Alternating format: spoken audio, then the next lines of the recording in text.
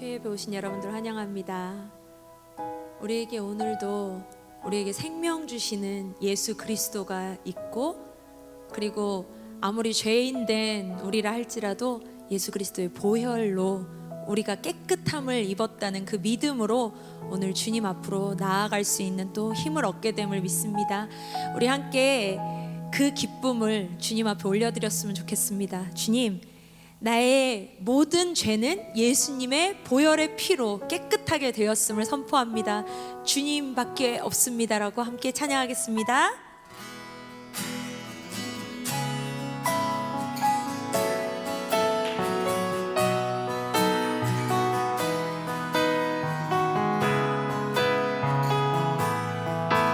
나의 죄를 씻기는 예수의 피밖에 없네. 다시 정케하기도 예수의 피밖에 나를 정케하기는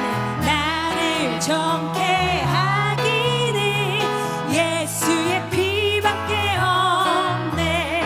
사죄하는 증거도 예수의 피밖에 예수의 흘린 피 나에게 하오니 귀하고 귀하다. 예수의 피밖에 나의 죄 속하기는 예수의 피밖에 없네. 나는 공로 없으니 예수의 피밖에 평안함과 소망은 예수의 피밖에 없네. 나의 의는 이것뿐 예수의 피밖에 없네.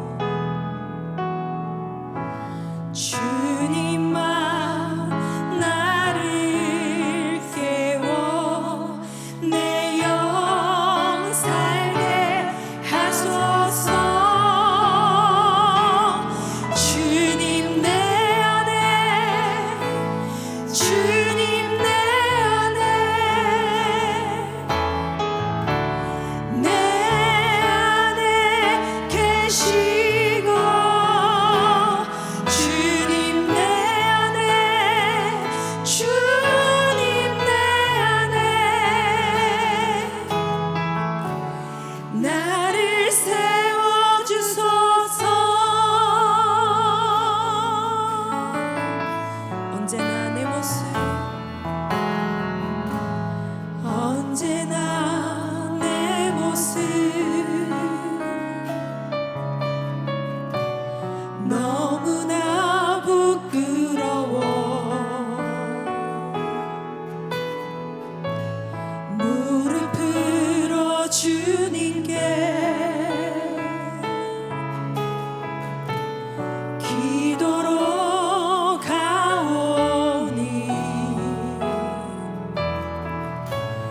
나 홀로 서 있는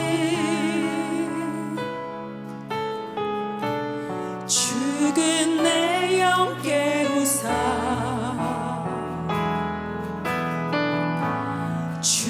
주님만 나를 깨워 내 영 살게 하소서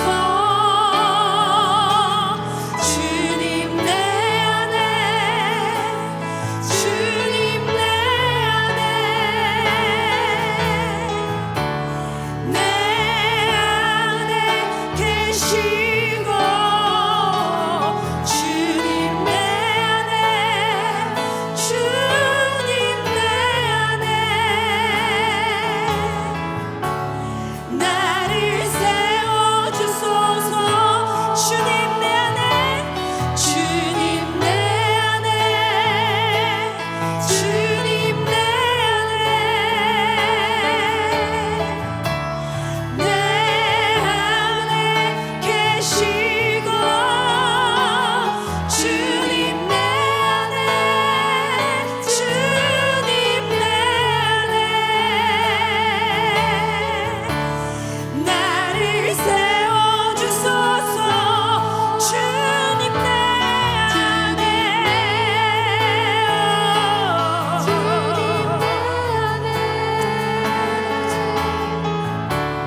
내 안에 계시고 주님 내 안에 주님 내 안에 나를 세워주소서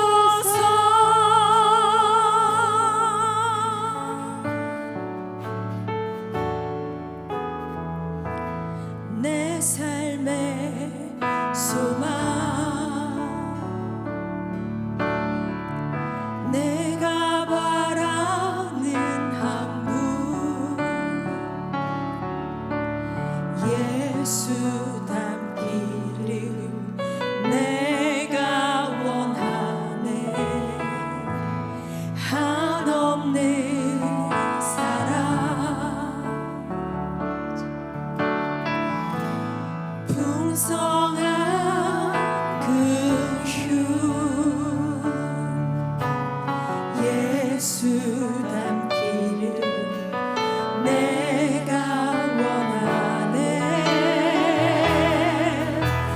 예수 닮기를 예수 보기를 예수만 높이길 내가 원하네 내 평생 소원 예수 닮기를 예수만 닮기를 내가 원하네 온유하시고 온유하시고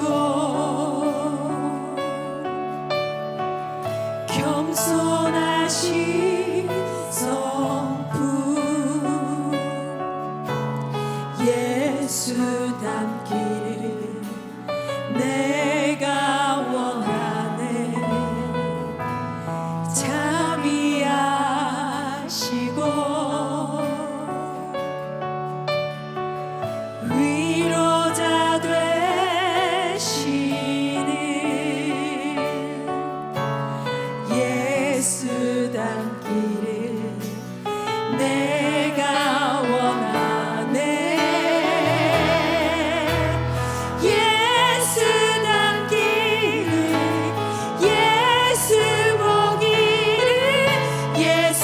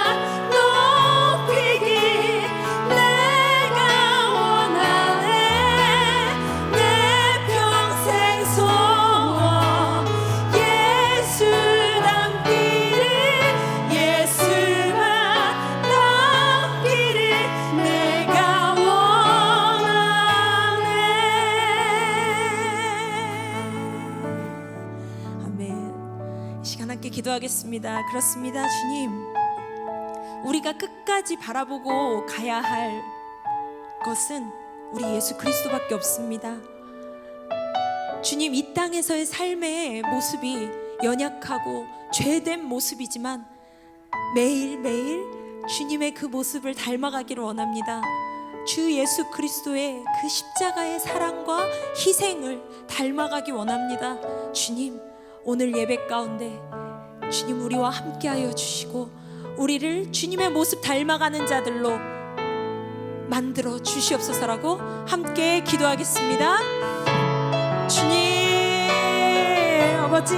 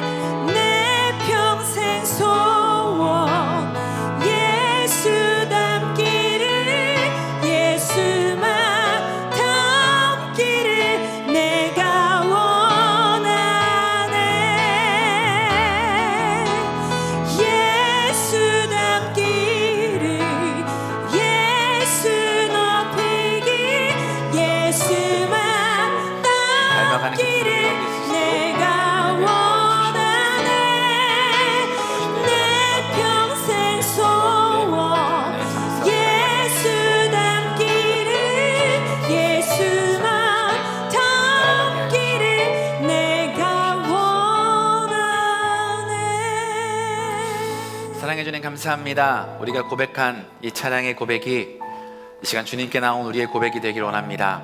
우리가 이 땅을 살아가며 매일매일 조금씩 더 주님을 닮아가는 인생 되기를 소망합니다. 주님의 성품이 우리 가운데 아름답게 열매 맺는 인생 되기를 소망합니다. 오늘 예배 가운데도 주님 그런 간절한 심정으로 나왔사오니 주님께서 당신을 아버지 드러내어 주시옵고 알려주시옵고 또 우리 가운데 좌정하여 주셔서 우리 가운데 주님 닮지 않은 모습들이 있다면 깎아주시고 조금 더 주님의 형상으로 다듬어질 수 있도록 시간 함께 하시고 역사하여 주시옵소서. 그래서 주님을 기대하며 예수님의 이름으로 기도했습니다. 아멘. 오늘 예배 오신 여러분들 주님의 이름으로 환영하고 또 축복합니다. 우리를 그렇게 주님 닮아갈 수 있도록 변치 않는 사랑으로 늘 다듬어 주시고 함께 해주시는 그 주님의 은혜가 오늘 예배 가운데도 가득하기를 소망하고요. 그 마음으로 스스로를 또 격려해 봤으면 좋겠고요. 또 축복해 봤으면 좋겠습니다. 함께 찬양할까요?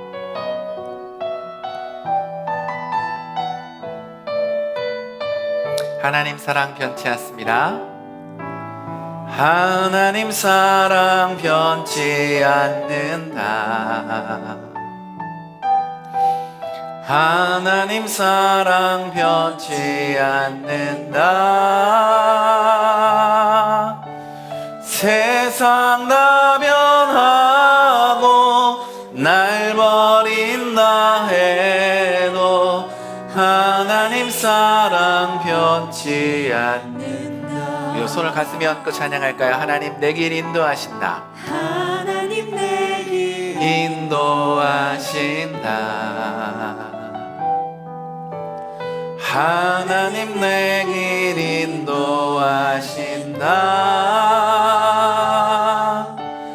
나의 가는 길 다 주님께 있으니 하나님 내 길 인도하신다. 그렇게 일하실 주님께 감사 영광의 박수 들려드렸으면 좋겠습니다. 아멘. 기회 소식 전해드리겠습니다. 저희 이번 주일부터 우리 코로나 단계가 1.5단계로 여러분 바뀐 거 아시죠? 1.5단계로 변화되었습니다. 1.5단계로 변화돼서 바뀌는 것이 있다면 교회 안에 우리가 정기적인 예배 모임이 가능하지가 않습니다. 여러분 안타깝지만 그렇다는 사실 기억해 주셨으면 좋겠고요. 그냥 목장 모임이나 또 다른 모임들도 가능하면 교회 안에서 가능하면이 아니죠. 이제 모일 수 없으니까 기도해 주시고 또 서로 온라인으로 모일 수 있으면 온라인으로 모여주시고 또 전화로 서로 안부 전해주시고 그렇게 함으로 함께 공동체성을 잊지 않는 그런 기쁨들을 누리셨으면 좋겠고요. 내일이 수능날이죠. 내일이 수능날인데 원래는 내일 저희 교회 대전 세종에서 이제 수능 기도회를 함께 하기로 했었는데 그것도 모일 수가 없게 되었어요. 그래서 여러분 온라인으로 진행합니다. 여러분 교회 홈페이지 들어오시면 혹은 제가 링크를 보내드리거나 하면 그것들을 가지고 함께 들어오셔서 함께 기도하실 수 있습니다. 우리 수능 올해 아이들이 얼마나, 우리 수험생들이 한 해 동안 어려웠겠어요. 학교도 제대로 가지 못하고 얼마나 마음이 불안하겠어요. 우리 한 교회된 우리가 함께 기도함으로 아이들을 위해서 중보했으면 좋겠고요. 또 그 기도에 여러분 내 자녀가 없더라도 많이 참여해 주셔서 함께 기도하는 기쁨들, 또 함께 기도함으로 함께 협력해서 선을 이루어가는 기쁨들 누리셨으면 좋겠습니다. 네, 다른 광고들은 주보를 잘 보시면 좋을 것 같고요. 사역축제 광고 있네요. 우리 오는 주일까지가 사역축제예요. 여러분들 사역이 뭐 있나 싶지만 눈에 보이시는 것 참여하시면 됩니다. 수요 예배도 여러분 오셔서 섬기실 수 있고요. 주일 예배도 오셔서 섬기실 수 있으니까 여러분 많이 나눠주시고, 궁금한 거는 1층 사무실에 가시면 안내 브로셔 여러분 받으실 수 있거든요. 보시고 또 받고 참여하시면 좋을 것 같습니다. 말씀 함께 나눌까요? 우리 여러분과 함께 나눌 말씀은 마태복음 7장 말씀이에요. 마태복음 7장 1절에서 6절까지의 말씀 오늘 여러분과 함께 나누려고 합니다. 마태복음 7장 1절에서 6절까지의 말씀입니다. 산상수훈 말씀이죠. 저 여러분이 한 절씩 교독했으면 좋겠습니다. 제가 먼저 읽고 여러분이 읽고 우리 한 절씩 읽겠습니다. 비판을 받지 아니하려거든 비판하지 말라. 너희가 비판하는 그 비판으로 너희가 비판을 받을 것이요 너희가 헤아리는 그 헤아림으로 너희가 헤아림을 받을 것이니라. 어찌하여 형제의 눈 속에 있는 티는 보고 내 눈 속에 있는 들보는 깨닫지 못하느냐. 보라, 내 눈 속에 들보가 있는데 어찌하여 형제에게 말하기를 나로 내 눈 속에 있는 티를 빼라 하라 하겠느냐. 외식하는 자여, 먼저 내 눈 속에서 들보를 빼어라. 그 후에야 밝히 보고 형제의 눈 속에서 티를 빼리라. 거룩한 것을 개에게 주지 말며 너희 진주를 돼지 앞에 던지지 말라. 그들이 그것을 발로 밟고 돌이켜 너희를 찢어 상하게 할까 염려하노라. 아멘. 네, 반갑습니다. 여러분 기억하실까 모르겠어요. 그렇지만 올 한 해 동안 제가 여러분과 이렇게 다른 주일 예배가 아닌 예배에 말씀을 전할 기회가 주어질 때마다, 그리고 주로 수요 예배였죠. 수요 예배에 이렇게 기회가 주어질 때마다 여러분과 함께 성숙한 그리스도인이라는 주제를 가지고 계속 말씀을 나누었어요. 산상수훈 말씀을 가지고 나누었죠. 벌써 오늘이 10번째거든요. 10번째 말씀입니다. 그리스도인으로 우리가 살아가기 위해서 꼭 우리가 소망하고 바라야 할 길이 있다면 이거는 예수님이 우리에게 가르쳐 주신 것, 예수님이 제자들을 향해 가르쳐 주신 그대로 살아가는 삶, 그것이 그리스도인으로 꿈꾸고 소망해야 할 것이 아닌가, 그리고 우리가 애쓰면서 달려가야 할 길이 아닌가라는 그런 마음이 있어요. 여러분 그렇지 않은가요? 그래서 저와 여러분들, 그리고 이 땅을 살아가면서 내가 제자 되고 싶다, 조금 더 성숙한 그리스도인 되고 싶다라고 한다면, 그러면 예수님이 그렇게 공간을 뛰어넘어서 그렇게 살아가길 원하는 사람들에게 주었던 이 말씀, 이 산상수훈 말씀, 이 말씀을 우리가 따라갔으면 좋겠다라는 소망이 있습니다. 여러분도 그렇게 살아가시길 원하시죠? 네, 감사합니다. 그럴 거라고 믿어요. 근데 사실 예수님은요, 어떤 인생이 그런 인생인지, 어떤 삶을 살아가는 게 그렇게 복된 인생인지 우리에게 충분히 말씀해 주셨어요. 문제는 뭐예요? 우리가 들었음에도 불구하고, 알매도 불구하고 그게 잘 되지 않는다는 게 사실 문제죠. 여러분, 이런 말씀을 모르시는 분 없잖아요. 누군가 오른뺨을 때리면 왼뺨을 어떻게 하라고요? 내어주라고, 돌려주라고 하시는 말씀 아시잖아요. 들으셨잖아요. 그런데 실제 삶을 가면서 누가 내 뒤통수를 탁 때리면 앞통수를 내어주기가 여러분 쉽지 않으시잖아요. 그렇죠? 그러기 어려워요. 대부분 누가 뒤통수를 딱 때리면 분이 확 일어나고 두고 보자 라든지, 아니면 눈을 이렇게 크게 뜨고 무슨 나한테 억한 심정이 있냐고 이렇게 따지든지, 이렇게 일어나는 게 우리의 마음이잖아요. 누가 속옷을 달라고 하면 뭐까지 주라고 예수님이 말씀하셨냐면 겉옷까지 주라고 말씀하셨죠. 그런데 누가 속옷을 달라고 하면 그 다음에 겉옷을 주기는커녕 이 속옷을 주고 나면 나는 그럼 뭘 입지? 이렇게 걱정하고 근심하는 게 우리의 어떤 삶의 모습이죠. 우리의 어떤 태도죠. 뭐 그런 것들이 있죠. 도대체 왜 이렇게 우리가 살아갑니까? 이유는 우리가 그리스도인으로서 예수님의 말씀대로 그 어떤 제자의 모습으로 살아가지 못하게 하는 것은 우리가 알지만 그렇게 살아가지 못하도록 가로막는 것들, 방해하는 것들, 막는 것들이 있어서 그렇다라는 거예요. 예수님도 이것을 아셨던 것 같아요. 그래서 쭉 너희가 어떻게 살아야 한다, 어떻게 살아가는 것이 성숙한 그리스도인이다, 제자의 모습이여다, 내가 너희에게 바라는 것이다 라고 이야기를 하시고 나서 그런 삶을 방해하는 것들에 대해서 이야기를 하시기 시작했어요. 세 가지를 이야기했어요. 뭘 크게 얘기했냐면 물질이죠. 재물과 그 다음에 염려하는 것, 그리고 비판에 대해서 이야기하셨어요. 여러분, 예수님을 정말 잘 믿고 아름답게 신앙생활을 하는데 하나님 아버지의 온전함을 따라 살아가려고 하는데 그 삶을 방해하는 것이 바로 물질, 염려, 그리고 비판이라는 거예요. 비판하는 태도죠. 그 태도라는 거예요. 이것들을 주의하라고 하세요. 여러분 기억 못 하시겠지만 9번과 8번 저희가 말씀을 나눌 때 제가 그래서 물질에 대해서 이야기했었고 그리고 염려하는 삶에 대해서도 이야기를 했었어요. 오늘은 그 방해하는 것 중에 마지막 한 가지 뭐에 대해서 나누려고 하면 비판하는 태도에 대해서 말씀을 나누려고 해요. 소망하기는 혹시 여러분의 그리고 저희 신앙생활 가운데 이런 태도들, 이런 모습들 때문에 주님 닮아가는 것들을 막고 있는 벽들이 있었다고 한다면 그게 발견되는 시간이 되었으면 좋겠고 또 발견만 될 뿐이 아니라 내 삶 가운데 그것이 허물어지고 또 주님과의 관계, 주님의 모습이 조금 더 다듬어지는 은혜가 있기를 소망합니다. 오늘 말씀 본문 먼저 한번 읽고 시작했으면 좋겠는데 1절 말씀 같이 한번 읽어봅시다. 1절 말씀 저희 한마음 한목소리로 함께 읽어볼게요. 함께 읽겠습니다. 비판을 받지 아니하려거든 비판하지 말라. 비판을 받지 아니하려거든 비판하지 말라라는 말씀으로 예수님은 말씀을 시작하세요. 예수님은 제자들에게 뭐라고 하시냐면 너희가 비판받지 않으려면 비판하지 말아라 라고 말씀하세요. 즉 비판은요 하지도 말고 받지도 말아야 한다라고 말씀하시는 거예요. 저는 이 말씀을 이번에 묵상하는데 조금 저에게 새롭게 다가온 게 있었어요. 뭐냐면 그동안 뭐 천상수원 여러분 많이 들으셨잖아요. 그리고 많이 읽으시잖아요. 읽었는데 그동안 말씀을 읽고 들으면서도 비판하면 안 되지, 비판하지 마, 이렇게 제가 주로 이렇게 생각을 했었는데 이번에 읽을 때는 비판하지 말라라는 말씀보다 비판받지도 말아라, 이 말씀이 굉장히 크게 다가오시는 거예요. 예수님이 뭐라고 하시냐면 비판하지 말라 이전에 너희가 비판받으면 안 된다라고 먼저 말씀하세요. 그러면서 2절에 이렇게 말씀하세요. 2절도 읽어볼게요. 2절에 이렇게 말씀하세요. 함께 읽어보겠습니다. 시작.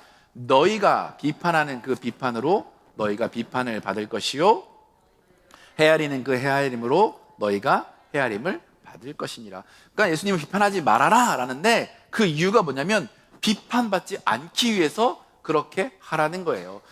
즉 성숙한 그리스도인이라면 뭐가 없어야 되는 거예요? 비난받으면 안 되고 비판받으면 안 된다라는 거예요. 이게 전제 조건이에요. 그러니까 결론부터 말씀드리면 예수님이 이렇게 말씀하시는 거예요. 너희가 정말 선한 삶, 성숙한 삶, 제자의 삶, 그리스도인으로 살아가야 하는데 그러고 싶니? 근데 그런 인생은 어떤 인생이냐?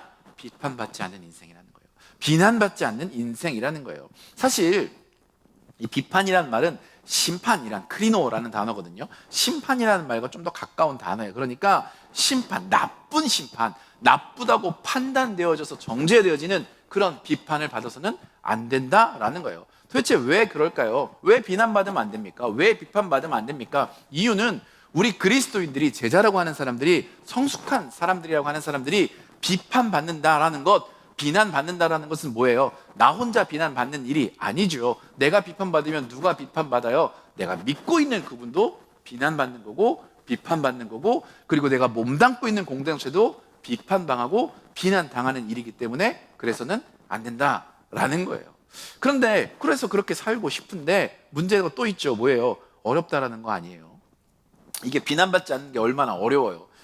귀에 걸면 귀걸이고 코에 걸면 코걸이라고 하는데 그렇지 않아요. 내가 아무리 열심히 살고 아무리 잘하고 아무리 선한 일을 하고 아무리 착하게 살려고 해도 누구에게는 그게 귀걸이가 아니라 코걸이가 될 수도 있는 거 아니에요. 그게 누구에게는 아픈 일이 될 수도 있는 거잖아요. 근데 어떻게 비난받지 않고 비판받지 않고 살아갈 수가 있어요? 예수님도 너무하시지. 어떻게 우리가 그렇게 살아갈 수 있다고 우리에게 비난받지 말아라 라고 말씀을 하실 수 있을까? 근데 말씀을 조금 더 자세히 보니까 이게 조건이에요.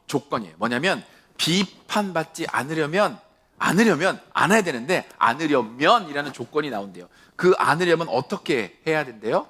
비판하지 말아라라고 말씀하시는 거예요. 즉 우리가 비난받지 않는 비결이 있는데 그거는 뭐냐면 비판하지 않는 인생이 될 때 비판받지 않는 인생이 될 수 있다라는 거예요. 그것이 비판받지 않는 인생의 비결이고 성숙한 그리스도인의 삶의 길이라고 말씀해 주세요. 저는 저와 여러분이 이런 인생 되기를 소망하고 축복합니다. 근데 그러기 위해서는 궁금해야 할 게 있어요. 질문해야 할 게 있어요. 뭐예요? 우리가 성숙한 그리스도인, 비난받지 않는 그리스도인, 그런 인생, 그리고 그러기 위해서 비판하지 않는 인생이 되어야 할 텐데 그러면 뭘 질문해야 돼요? 왜 우리가 비판할까? 그리고 여기서 말하는 비판은 도대체 뭐지? 비판이라는 게 뭐지라는 걸 조금 더 잘 알아야 할 것 같아요. 여러분 비판이 뭘까요? 비판은 뭐예요? 비판은 다른 거 아니죠. 상식적으로 알면 옳고 그름을 판단하는 것, 그리고 잘못을 지적하는 게 비판일 거예요. 크리틱이라고 보통 말하잖아요. 그럴 거예요. 여러분 사실 분별하는 것, 판단하는 것 자체가 잘못된 일은 아니죠. 잘못된 일은 아니에요. 여러분 사실 판단이야말로, 분별하는 거야말로 살아가기 위해서 꼭 필요한 일 가운데 하나 아니겠어요? 날씨가 굉장히 추워졌잖아요. 어제도 저희가 저녁에 밤에 아이들하고 이렇게 나가서 이렇게 걸었는데, 나가서 걸을 때 여러분 부모님들이 애들한테 뭐라고 말합니까? 요즘같이 추울 때 옷 든든히 입어 이렇게 이야기하잖아요. 저희 아들 중에 하나가 잠바 안 입고 추리닝만 입고 딱 나와서 제가 야야 너 큰일 나 얼어 죽어 너 잠바 입어 이렇게 이야기하잖아요. 여러분 그게 맞잖아요. 얇은 옷 입고 나가면 부모님들이 그렇게 말하면 좋죠. 저희 어머님 어렸을 때 이렇게 얘기했어요. 야 멋부리다 얼어 죽는다 뭐 이런 거 얘기하잖아요. 그러니까 사실 판단하는 거죠. 추운 겨울인데 따뜻하게 입지 않으면 감기 걸려, 동상 걸려, 얼어 죽진 않겠죠. 그렇지만 뭐 이런 것들을 이야기하죠. 왜 이런 거 필요하니까 판단은 당연히 필요해요. 근데 맞아요. 근데 재미있는 것은 성경은 분별과 판단이 중요하다라고 우리에게 알려줘요. 항상 알려줘요. 그런데 이 분별과 판단을 근거로 해서 누군가 옳다거나 그르다거나 하는 것들, 그것들을 이야기하는 것을 비판이라고 하고 그것은 죄라고 말해요. 즉 이렇게 예를 들어 볼게요. 한겨울에 어제 저희 아들이 뭐 잠바를 안 입고 나갔잖아요. 잠바가 안 입은 정도가 아니라 반팔 입고 나가려고 해. 그러면은 여러분 뭐 하겠어요? 판단해 줄 수 있죠. 너 그러면 추워, 감기 걸려 라고 판단하고 이야기해 줄 수 있지만 그렇게 하는 우리 아이, 이 아들은 얘는 문제가 있는 애야.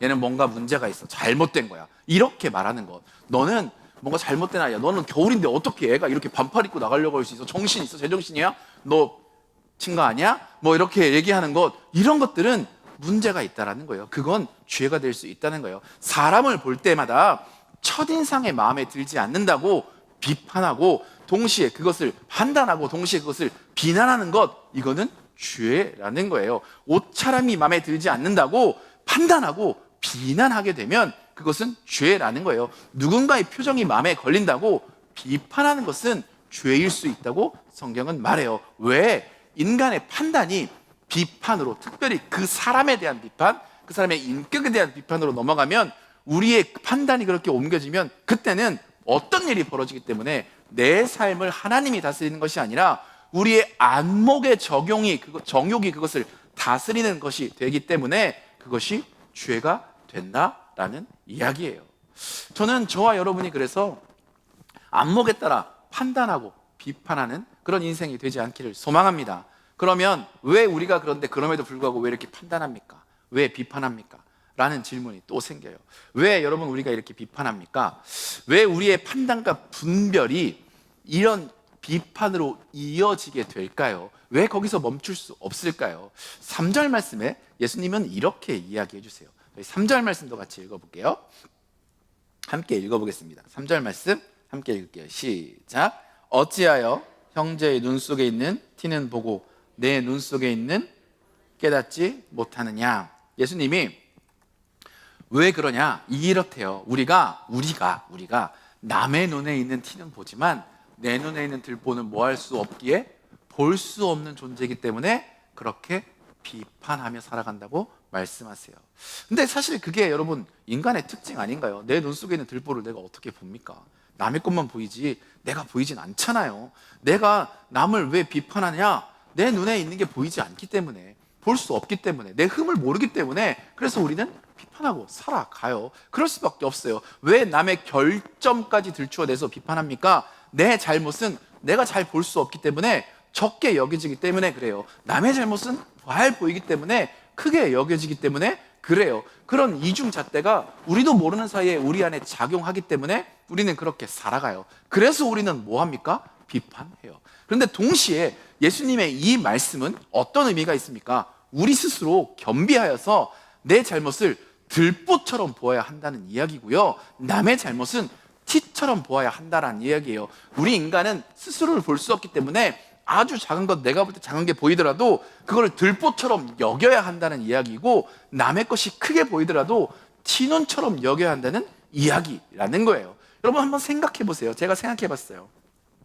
내가 함께하면 좋은 사람, 함께하고 싶은 사람의 특징 가운데 하나가 뭐예요? 그 중에 하나가 이거 아닌가요? 남 탓하기보다 내 탓하는 인생, 먼저 잘못에 민감해서 사과할 줄 아는 사람, 그리고 내 실수와 허물을 부끄럽게 여기고 남의 허물은 괜찮아 라고 덮어줄 줄 아는 사람, 이런 사람들을 사실 우리가 함께하기 좋아하는 사람이잖아요. 예수님은 그래서 5절에 그렇지 않은 사람들을 이렇게 부르세요. 5절 말씀 한번 읽어볼게요. 5절 말씀 함께 읽어보겠습니다. 함께 읽어볼까요? 시작. 외식하는 자여, 먼저 내 눈 속에 들보를 빼어라. 그 후에야 밝히 보고.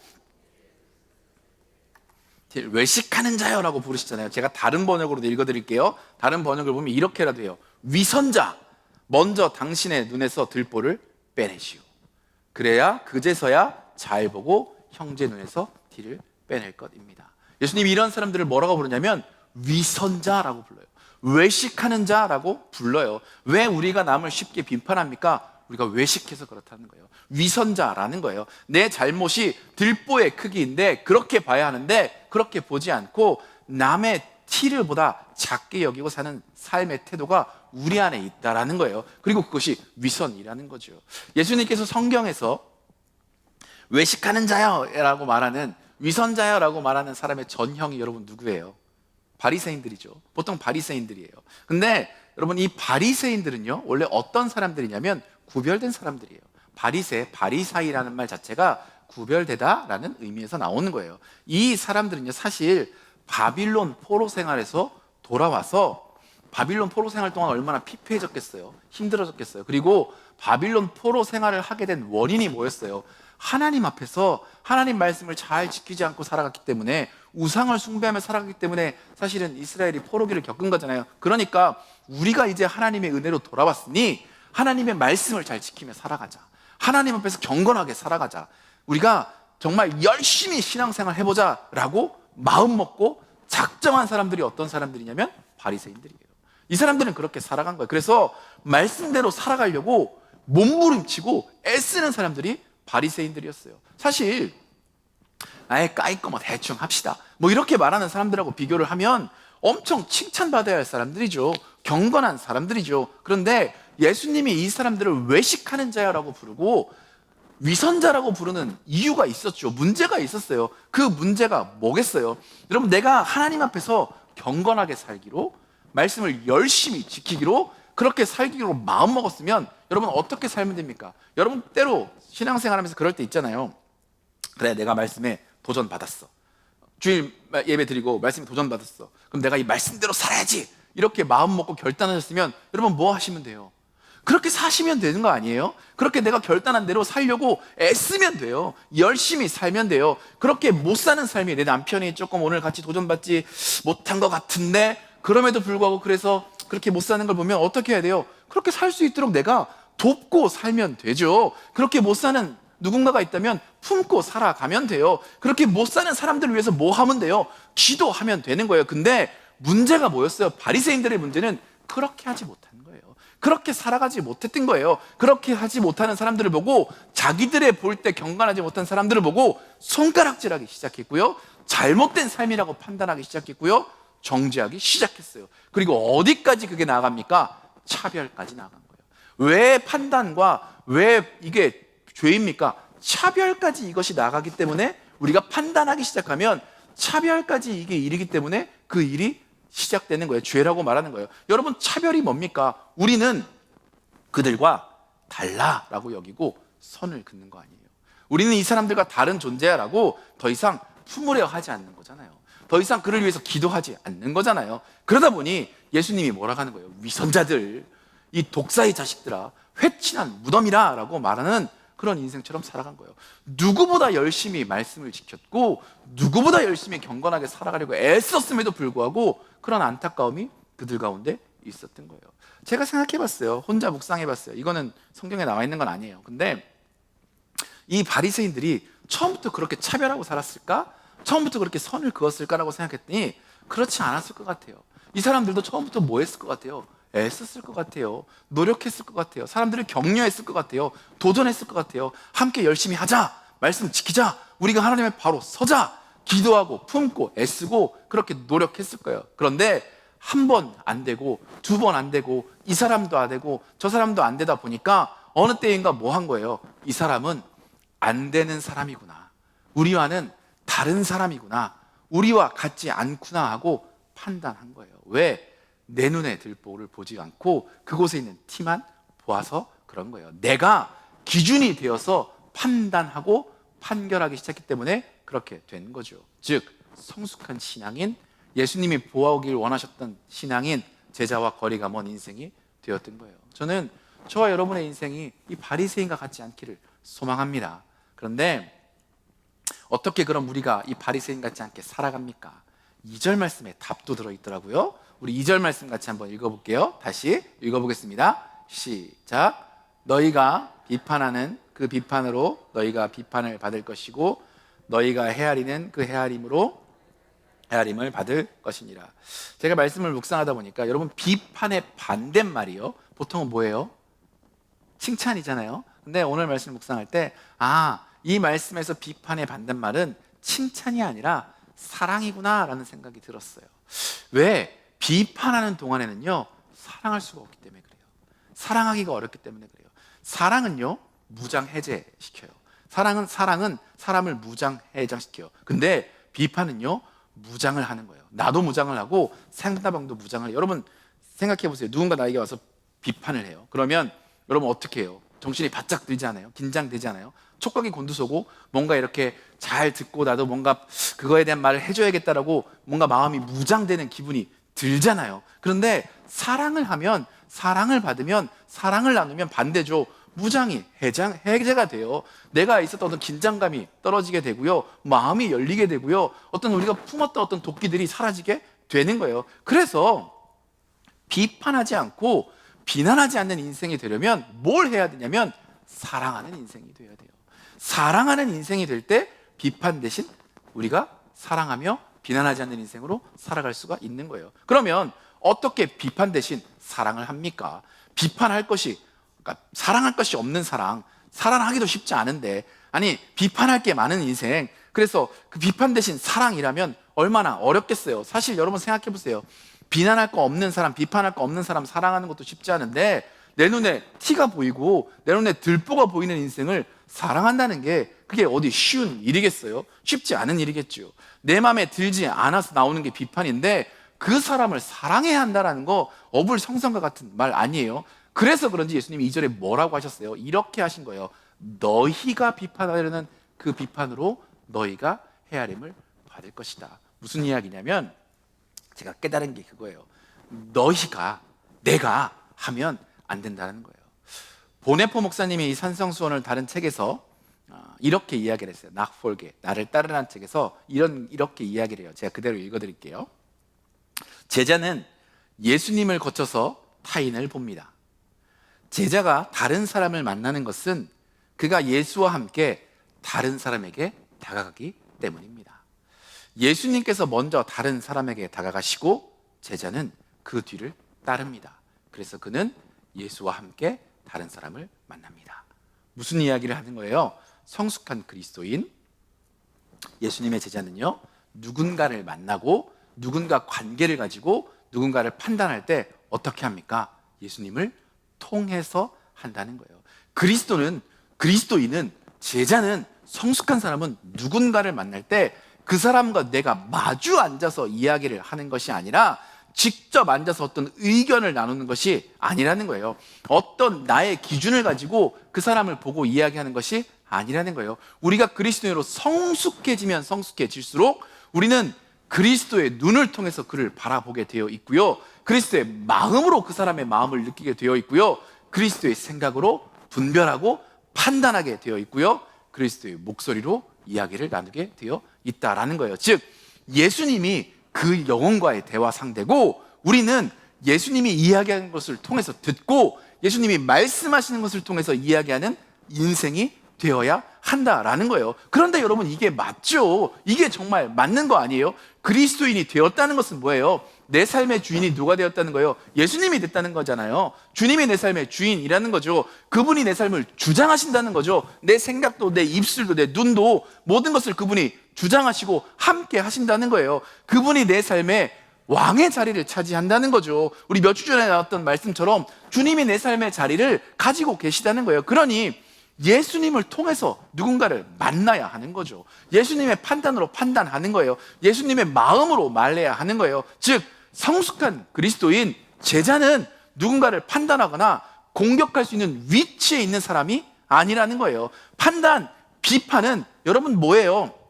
내가 누군가를 판단할 때 여러분 어떡합니까? 대부분은요, 판단은 심사잖아요. 제가 아까 크리노라고 했잖아요. 그거는 거리를 띄고 팔짱을 끼고 쳐다봤을 때 가능한 거예요. 즉 우리가 판단한다는 것은, 비판한다는 것은 뭐냐면 그 사람과 나 사이에 간격이 있다는 거예요. 거리가 있다는 거예요. 내가 그런 위치에서, 심판자의 위치에서, 판단자의 위치에서 바라보고 있다라는 거예요. 근데 예수님은 예수님의 제자가 돼서 예수님이 우리 안에 계시면, 예수님이 내 삶을 이끌어 가시면 예수님은 무슨 일을 하시는가? 우리에게 그런 공간을 허락하지는 않으세요. 내가 그렇게 거리를 떼서 심판자의 자리에서 그 사람을 보는 것을 허락하지 않으세요. 그런 순간에 우리가 그렇게 누군가를 바라볼 때 그 자리에 예수님이 들어오세요. 그 자리에 예수님이 끼어드세요. 그래서 당신의 마음으로, 그래서 그 영혼을 향한 당신의 사랑으로 그 틈을 뭐 하세요? 메워주시고 채워주세요. 그리고 예수님이 그 안에 들어오면 어떤 일이 벌어져요? 예수님이 누군가와 나와의 틈 사이에 들어오면 그때 어떤 일이 벌어져요? 예수님의 사랑이, 그분의 십자가가 먼저 나를 감싸주시죠. 나를 감싸주시고 스스로를 보게 만드시는 일이 그때 일어나는 거 아니에요. 주님 앞에 서기에 연약한 나를 보게 하시고, 그래서 뭐가 보이게 만들어요? 내 눈에 들보가 보이게 만드는 거예요. 그래서 성숙한 그리스도는 어떤 인생이에요? 먼저 내 눈에 들보를 보는 인생이에요. 내 안에 티가 들보처럼 그때 드러나기에 그것을 볼 수 있는 인생이에요. 그래서 성숙한 그리스도는 뭐 합니까? 무슨 일이 있을 때 회개를 먼저 하는 인생이 성숙한 그리스도인이에요. 그리고 이게 그리스도인의 사랑의 방식이고요, 그리스도인의 관계의 방식이고요, 그리스도인의 삶의 방식이에요. 예수님을 통해 관계 맺고 예수님을 통해 바라보는 것입니다. 저는 저와 여러분이 이런 인생 되었으면 좋겠어요. 사실 살아가면서 우리가 판단하고 분별하고 말하고 비난하고 비판하는 게, 여러분 그렇지 않는 게 가능합니까? 불가능합니다. 그거는 가능할 수가 없어요. 우리는 누군가와 그렇게 살아갑니다. 그런데 중요한 것 한 가지를 기억해야 합니다. 그 순간에, 우리가 거리가 벌어지는 그 순간에 그 간격 가운데 누가 찾아오셔야 돼요? 예수님이 찾아오시면 돼요. 그러면 우리는 내 눈에 들보를 보지 못하다가 내 눈에 들보를 보는 인생이 되어지는 거고요. 그리고 내 눈에 들보가 보이기 시작하면 그 순간 우리 입에서 회개가 나오기 시작하는 거고요. 우리 입에서 회개가 나오기 시작하면 그때 우리는 조금 더 그리스도를 닮아가는 거예요. 성숙한 그리스도는 다른 인생이 아니에요. 이 빈도가, 이런 일들이 점점 조금씩 내 삶에 많아지는 인생이에요. 한 번도 그러지 못하고 살았던 인생인데 10번 가운데 한 번 내가 이제 그렇게 주님과 함께 바라보는 인생이 되는 거고, 한 번 바라보던 인생인데 2번, 3번, 4번 그렇게 주님이 나 대신, 아니 주님이 그 영혼을 향한 대화 파트너로 자리를 잡는 일들이 내 삶에 많아지는 인생이 바로 성숙한 그리스도인이고, 그리고 우리가 그렇게 살아갈 때 우리 안에 뭐가 점점 사라집니까? 그 영혼을 향한, 인격을 향한 비난, 이것이 사라지는 인생이 되고요. 그렇게 우리가 그 비난이 사라질 때 우리는 조금 더 예수님 닮은 인생, 그래서 비난받지 않는 인생 되어지는 인생 될 줄 믿고요. 그 은혜가 저 여러분 가운데 있길 간절히 소망합니다. 말씀을 정리하고 싶어요. 살아가며 많은 순간, 생각보다 많은 순간에 우리 눈앞에는 마음에 들지 않는 만남들이 있게 돼요. 아니, 마음에 들었다가도 마음에 들지 않는 것들이 보이기 시작합니다. 여러분, 그러지 않으셨어요? 내가 사랑해서 함께 살아가는 사람인데, 너무나 마음에 들었고 마음에 들지 않는 것 하나 없었던 인생인데, 그렇게 예쁘기만 했던 우리 자녀인데, 그렇게 사랑하는 우리의 관계였는데, 어느 순간 마음에 들지 않는 것들이 내 눈에 들어오게 되죠. 눈에 차지 않는 관계들이 내 삶에 생기게 됩니다. 가장 가까이 있는 사람들에게도 그런 것들이 생깁니다. 바리새인들처럼 그런 일들이 일어날 수 있습니다. 그러나 그 순간에 여러분, 우리가 해야 할 것은 분명합니다. 그 간격 가운데 주님을 초청하시고요, 예수님을 끼워 넣으십시오. 예수님이라면 하고 주님의 생각을 물어보십시오. 그때 우리는 비판받지 않고 비난받지 않은 인생의 첫걸음을 뗄 수 있고요, 그런 인생으로 빚어져갈 줄 믿습니다. 그 은혜가 저 여러분 가운데 있기를 소망하고요, 그런 마음으로 함께 우리 결단의 찬양 불렀으면 좋겠습니다.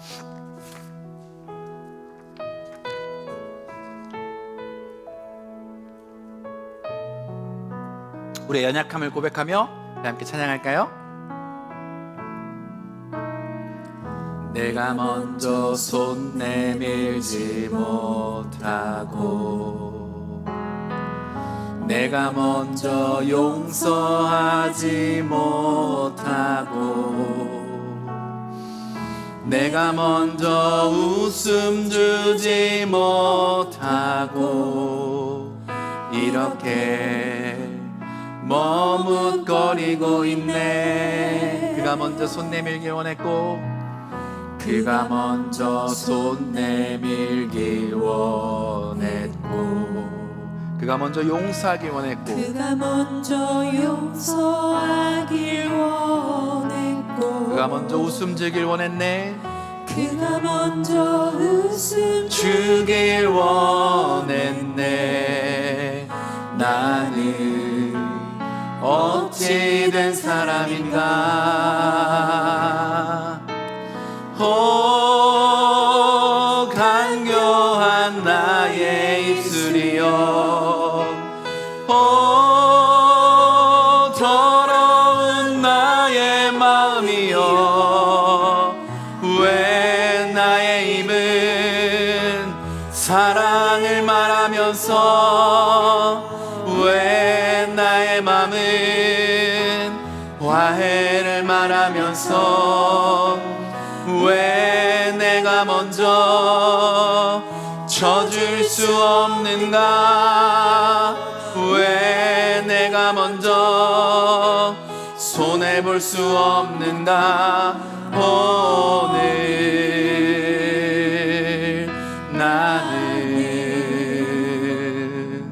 오늘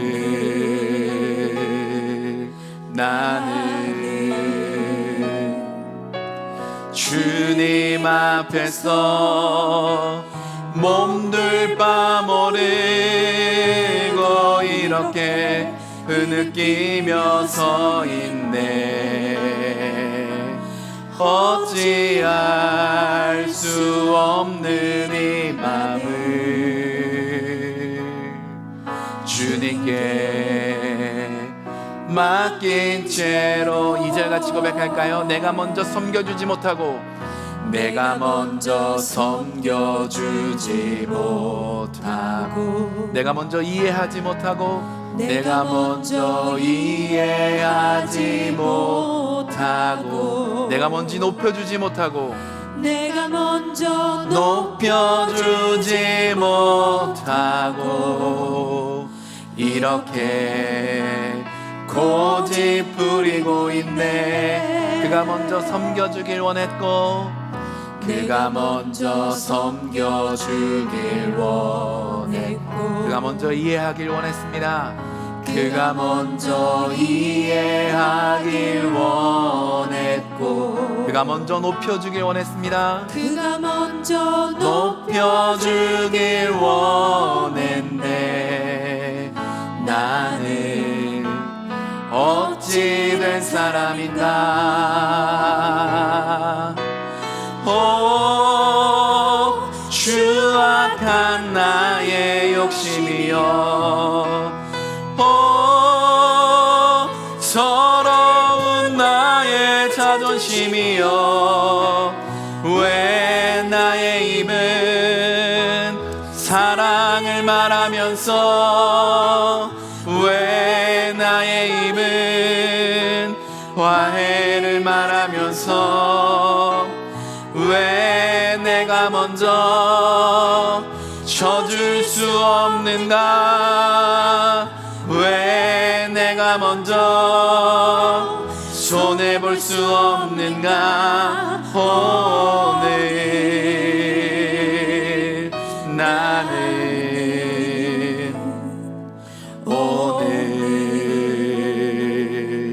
나는 주님 앞에서 몸둘 바 모르고 이렇게 흐느끼며 서 있네 어찌할 수 없는 이 맘을 주님께 맡긴 채로 시간에 결단하며 기도했으면 좋겠습니다. 주님, 우리의 마음을 우리가 어찌할 수 없을 때가 참 많습니다. 우리가 참 좋은 그리스도인으로 하나님의 자녀로 살아가고 싶은데 그것을 가로막는 장애물이 있다고 알려주셔서 감사합니다. 내 안에 판단한 것을 누군가를 향한 그 인격을 향한 비난과 비판으로 혹시 우리가 고백하며 또 말하며 살아가고 있던 것들이 있습니까? 주님, 그것들이 있다면 이 시간 주님 앞에 내어놓습니다. 내가 주님보다 앞서 보았던 것, 주님보다 앞서 만났던 것, 주님보다 앞서 분별했던 것, 주님보다 앞서 판단했던 것들, 비판했던 것들이 있다면 이 시간 주님 내어놓습니다. 내 눈에 들보를 보지 못하고 그 티를 보며 들보처럼 여겼던 것들 주님 앞에 내어놓습니다. 그리고 어찌할 수 없는 내 마음과 이 생각들을 주님께 맡깁니다. 주님, 그 간격 가운데 주님을 초대합니다. 그 틈 가운데 주님을 부릅니다. 주님, 그 관계 가운데 그 틈 가운데 들어와 주셔서 주님의 마음으로 먼저 하나님 나를 감싸 주시고 내 삶을 돌아보게 하시고 먼저 주님의 마음으로 회개케 하시고 주님, 그 주님의 마음으로 먼저 사랑할 수 있는 인생 될 수 있도록 우리를 돌보아 주시옵소서라고 이 시간 입술을 열어서 결단하고 고백하며 주님께 나아갔으면 좋겠습니다. 함께 기도할까요? 주님, 감사합니다. 이 시간 우리에게 주신 주님의 말씀을 붙잡습니다. 하나님, 우리가 성숙한 그리스도인으로 살아가기를 소망합니다. 그리스도 안에서 믿음이 장성한 분량에 이르기를 소망합니다. 예수님을 닮아가는 삶 되기를 소망합니다. 주님을 따라가는 삶 되기를 원합니다. 예수님께서 2000년 전에 그곳에서 수많은 사람들을 바라보시면서 그 오고 오는 새들 가운데 나를 따라 살아갈 사람이라고 기대했던 그런 인생으로 살아가기를 꿈꿉니다. 하나님, 그 삶을 막는 것들 중에 하나가 비판하니라고 주님 오늘 말씀해 주셔서 감사합니다. 너희가 비판받지 않았으면 좋겠다. 그러기 위해서 비난하지 않았으면 좋겠다. 너희가 세상 가운데 비탄만 하는 인생 되지 않았으면 좋겠다. 그런데 그러기 위해서 너희가 비판하지 않고 살아가야 한단다 라고 주시는 말씀을 주님 붙잡습니다. 주님, 우리가 어떻게 비판받지 않고 주님이 비난받지 않게 하면 살아갑니까? 이유는 내가 비판하지 않는 인생으로 살아가는 것입니다. 하나님, 내가 비판받지 않는 인생 되기를, 비판하지 않는 인생 되기를 소망합니다. 그러기 위해서 하나님, 주님을 초대합니다. 내가 비판하고 있는 것, 비난하고 있는 것, 하나님 그 인격이나 영혼을 보고 판단하고 있는 것들 가운데 하나님 그 간격 가운데 주님을 초대합니다. 주님을 그 가운데 하나님 초청합니다. 주님, 그 틈 가운데 들어와 주시옵고 내가 직접 그 인생을 바라보지 않게 해 주시옵고 주님의 마음을 통해 바라보게 하시고 주님의 눈을 통해 바라보게 해 주시옵소서. 그리고 주님 그 안에 들어오셔서 먼저 나를 바라보게 해 주시옵고 먼저 내 영혼을 바라보게 하시며 먼저 내 삶을 보게 하셔서 주님 앞에 먼저 통해 자복하며 회개하는 인생으로 살아갈 수 있도록 주님 우리 영혼을 붙잡아 주시옵소서. 나를 긍휼히 여기시고 불쌍히 여기시고 사랑하시고 용서하시는 그 주님을 먼저 경험하게 하여 주시옵소서. 주님, 나의 부족함에도 불구하고 나를 사랑해주고 계시는데, 주님 나의 연약함에도 불구하고 주님 나를 비난하는 것이 아니라 나를 사랑하고 계시는데, 주님 나의 그 부족함에도 불구하고 나를 비판하는 것이 아니라 나에게 선을 그으시는 것이 아니라 그렇기 때문에 더욱더 나를 더 안아주고 계시는데, 하나님 그 주님을 내가 잊고 살아왔습니다. 그러게 하나님, 내가 주님과 함께 살아가길 소망합니다. 그리고 주님과 함께 하나님, 주님 내가 허락하신 그 인생들을 끌어안는 인생 되기를 소망합니다. 사랑하는 인생 되기를 소망합니다. 하나님, 비판과 비난과 정죄가 아닌 사랑으로 살아가는 인생 되기를 소망하오니 주님 우리에게 붙잡아 주시고 우리 가운데 그 은혜를 허락하여 주시옵소서. 어찌할 수 없는 이 마음을 주님 주장하여 주시옵소서. 주님께 맡겨드립니다. 주님 의탁합니다. 주님 붙잡아 주시옵소서. 사랑해 주님, 감사합니다. 이 시간 주님께 결단하며 또 간절한 마음으로 구하며 기도했습니다. 하나님, 우리가 주님을 닮아 살아가는 게 꿈인데, 그러게 주님 우리에게 말씀하십니다. 너희가 비난받지 말아라. 너희가 참 그리스도인이라면, 나를 따라가길 원한다면 비난받지 말아라. 근데 그러기 위해서 너희가 먼저 누군가를 비판하지 않았으면 좋겠다. 하나님, 어떻게 우리가 그렇게 살아갈 수 있습니까? 그 방법은 다른 것이 아니라, 내가 그 영혼을 만나는 것이 아니라, 내가 주인 되어 그 영혼을 생각하고 말하는 것이 아니라, 그 영혼과 내 영혼, 그 만남과 내 만남의 간극 가운데 주님을 초청하는 것, 주님께서 그 안에 들어오시기를 소망하는 것, 그리고 그렇게 주님을 통해 살아가는 것, 그것이 우리가 성숙한 그리스도인으로, 비난받지 않는 인생으로, 내 눈에 들보를 먼저 보는 인생으로 살아가는 비결임을 깨닫습니다. 그러게 주님 고백합니다. 우리 마음을 어찌할 수 없습니다. 그러니 주님, 우리 마음 가운데 찾아와 주시고, 우리의 삶의 관계들 가운데 찾아와 주시고, 자리 잡아 주시고, 주님께서 다스려 주셔서 먼저 내가 주님의 사랑 때문에 나를 바라보는 인생 될 수 있도록 주님 도와주시옵소서. 주님, 내가 주님 앞에 얼마나 부끄러운 인생입니까? 주님 앞에 서면, 십자가 앞에 서면 얼마나 하나님 불쌍한 인생입니까? 얼마나 죄를 저지르며 살아갑니까? 얼마나 연약합니까? 얼마나 범죄합니까? 근데 주님은 그런 나를 바라보시면서 비난하시고 정죄하시고 손가락질 하시는 게 아니라, 그런 우리를 품어주시고 안아주시고 사랑해주시고 용서해주시지 않습니까? 하나님, 그때 내 안에 있는 이런 들보가 보이지 않습니까? 주님, 그 사랑이 나를 덮게 하여 주시옵고, 그 사랑 때문에 나도 그 사랑과 함께 살아가는 인생 될 수 있도록 주님 우리를 돌보아 주시옵소서. 마음에 들지 않았던 남편들이 있습니다. 하나님, 내 자녀들이 있습니다. 내 이웃들이 있습니다. 내 직장 동료들이 있습니다. 하나님, 그들을 바라보는 주님의 마음을 우리에게 허락하여 주시옵소서. 마음에 들지 않지만, 여전히 부족하지만 그들을 사랑하고 계시고 품고 계시고 안고 계시고 함께 하자고, 함께 걸어가자고 격려하고 계시는 주님의 음성을 듣게 하여 주시옵소서. 그리고 그 마음으로 바라보게 하셔서 나를 먼저 바라보고 나를 용서하셨던 주님을 기억하며 하나님, 그들과 함께 걸어가기를 소망하고 꿈꾸는 인생으로 살아갈 수 있도록 우리를 도와주시고, 성령님 우리의 마음을 주장하여 주시옵소서. 그래서 비판하지 않는 인생, 비난받지 않는 인생, 주님을 닮아가는 인생으로 조금 더, 한 걸음 더 나아가는 인생 될 수 있도록 주님 우리를 다듬어 주시옵고 축복하여 주시옵소서. 그렇게 행하실 주님을 기대합니다. 그리고 그 주님만을 의지합니다. 주님 영광 받아주시고 주님 은혜로 함께하여 주시옵소서. 계속 주님을 기대하며 예수님의 이름으로 간절히 기도했습니다. 아멘. 우리 다 함께 자리에서 일어나셔서 그 주님이 우리에게 가르쳐 주신 기도로 함께 고백하며 세상으로 나아가겠습니다.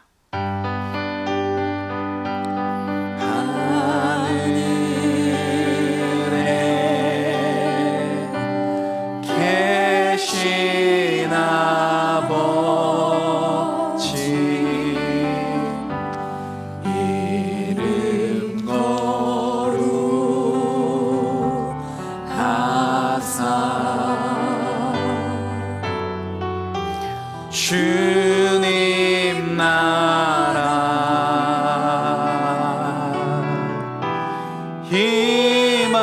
임하시고 뜻이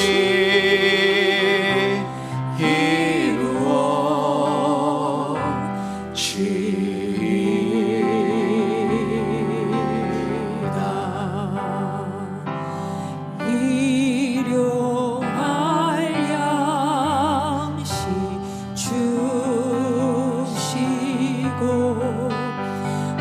우리들의 큰 죄 다 용서하옵시고 또 시험에 들게 마시고 악에서 구원하소서. 대개 주